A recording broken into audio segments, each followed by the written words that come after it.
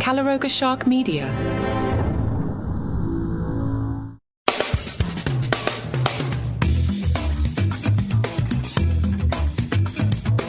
Hi and welcome to Entertainment Plus, a short roundup of the top entertainment stories in today's news.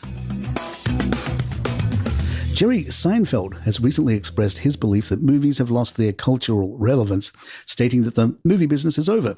In an interview with GQ magazine on Monday, the 69-year-old comic actor who is promoting his debut as a film director with the Netflix film Unfrosted reflected on what he perceives as a diminished impact of Hollywood's current offerings.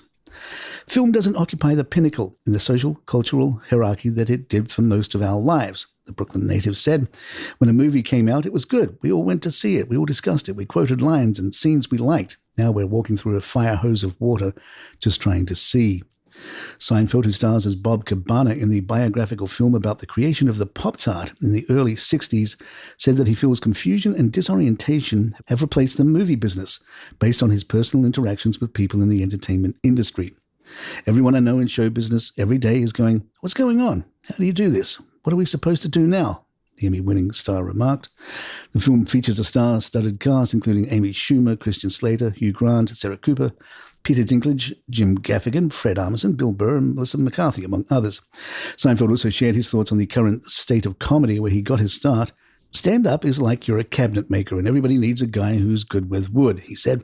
"There's trees everywhere, but to make a nice table is not so easy. So the metaphor is that if you have a good craft and craftsmanship, you're kind of impervious to the whims of the industry." He added that modern audiences are now flocking to stand-up because it's something you can't fake, while other aspects of entertainment have a layer of production over them. "It's like platform diving," Seinfeld explained. "You could say you're a platform diver, but in 2 seconds we can see if you are or aren't. That's what people like about stand-up. They can trust it. Everything else is fake." Seinfeld's comments sparked a range of responses on social media, with some agreeing and others disagreeing with his perspective. One user noted, "Oh yes, one of cinema's greatest auteurs, Jerry Seinfeld from the B-movie," while another questioned his choice to make a movie about Pop-Tarts, if he believed the movie business is over. The Rock and Roll Hall of Fame has announced its 2023 inductees, with Cher leading an impressive group of artists. The 77-year-old entertainment icon's induction coincides with her first appearance on a ballot for the Hall of Fame, either for her solo work or for her collaborations with late ex-husband Sonny Bono as part of Sonny and Cher. Cher had previously criticized her exclusion from the institution during an appearance on the Kelly Clarkson show last December, vowing not to attend the induction ceremony if she were to be inducted after more than 3 decades of snubs. She had been eligible since 1991. "I'm not in the Rock and Roll Hall of Fame," she told Clarkson. "You know what? I wouldn't be in it now if they gave me $1 million. I'm not kidding you. I'm never going to change my mind. They can just, what themselves." To be eligible for the Rock and Roll Hall of Fame, a solo artist or group must have released their first commercial recording at least 25 years prior to the nomination. Cher's extensive career in music includes solo hits such as 1971's Gypsies, Tramps and Thieves, 74's Dark Lady, 89's If I Could Turn Back Time, 90's The Shoop Shoop Song, It's in His Kiss, 99's Believe, as well as notable collaborations with Bono such as 65's I Got You Babe and 67's The Beat Goes On. Joining Cher in the performer class are also solo artists Ozzy Osbourne, Mary J. Blige, Peter Frampton, and the groups Kool and the Gang, Dave Matthews Band, A Tribe Called Quest, and Foreigner. English blues and rock musician John Mayall and late artists Big Mama Thornton and Alexis Korner will be honoured with the Musical Influence Award, while Suzanne de Pass will receive the Ahmet Ertegun Award, according to Rolling Stone. The institution will present the honours on October 19th at Cleveland's Mortgage Fieldhouse, stating that those honoured created music whose originality, impact and influences changed the course of rock and roll. The show will be streamed live on Disney Plus, with special airings later on ABC and Hulu. Katie Holmes and her daughter Suri Cruz were recently spotted out together for the first time since celebrating Suri's 18th birthday. On Monday, the Dawson's Creek actress and her teenage daughter enjoyed a coffee run and a stroll in New York City. Suri, who just turned 18, looked effortlessly stylish in a patterned maxi dress with red tassels along the bottom of the skirt. She bundled up in an oatmeal-coloured cardigan and oversized denim jacket while engaged in conversation with her mother. Holmes shares her only child with ex-husband and Suri's estranged father, Tom Cruise. Over the weekend, Suri was spotted picking up flowers in New York City, and she prepared to celebrate her birthday without her father. She later joined her mother, who was photographed running errands across town, to celebrate together. For many years, Suri has lived in the shadow of frenzied speculation over her infamously fractured relationship with her Scientologist father. The estrangement between Suri and her dad began at the time of Cruz and Holmes' 2012 divorce and has since become a rock-solid wall, one that Suri has no plans to ever break down. DailyMail.com can reveal.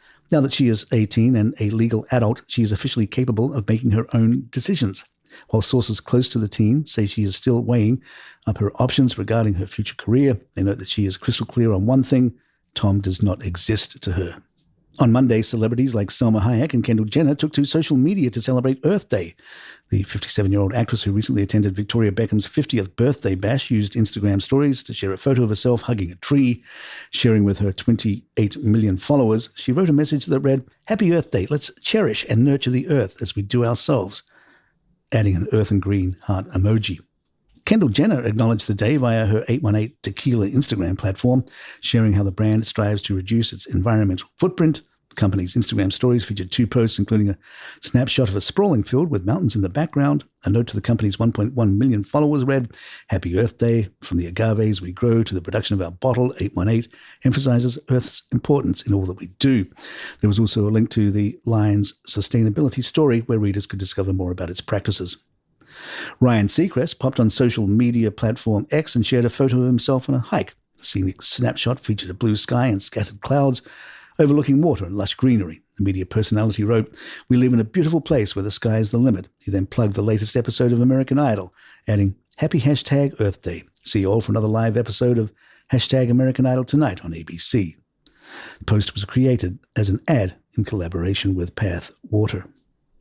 Actress Zooey Deschanel also got in the Earth Day celebration, sharing a video clip on Instagram. The 44-year-old entertainer wore a pale blue ensemble as she stood near fresh lettuce. She wrote in a caption to her 7 million fans, "Listening for the lettuce to give me some grand Earth Day advice." A voiceover in the video clip stated, "If you listen hard enough, you can hear every living thing breathing together." More entertainment in just a moment. Reclusive sitcom star Delta Burke has recently opened up about some of her mental and physical struggles as an actress in the 80s, including one with crystal meth.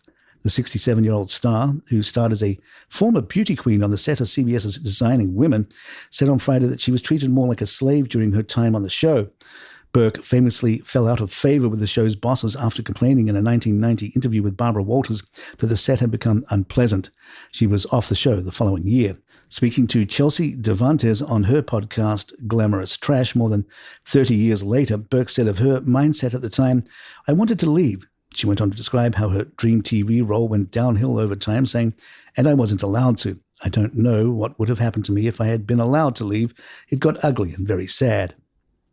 Burke recalled her initial happiness on the show, saying, "We do Designing Women, and I'm so happy to be there. I love everything." However, she then delved into the difficulties she faced, including her drug addiction. The actress, who still lives in LA with her longtime husband, Gerald McCraney, claimed that one of the main contributors to her contentious 91 exit was scrutiny over her weight, which she said also led her to getting addicted to drugs.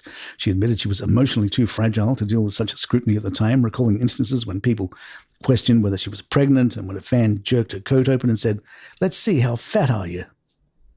Burke revealed that she turned to crystal meth as a weight loss method, saying, "They were like a medicine to me." She referred to prescription pills billed back then as black beauties, which eventually led to crystal meth.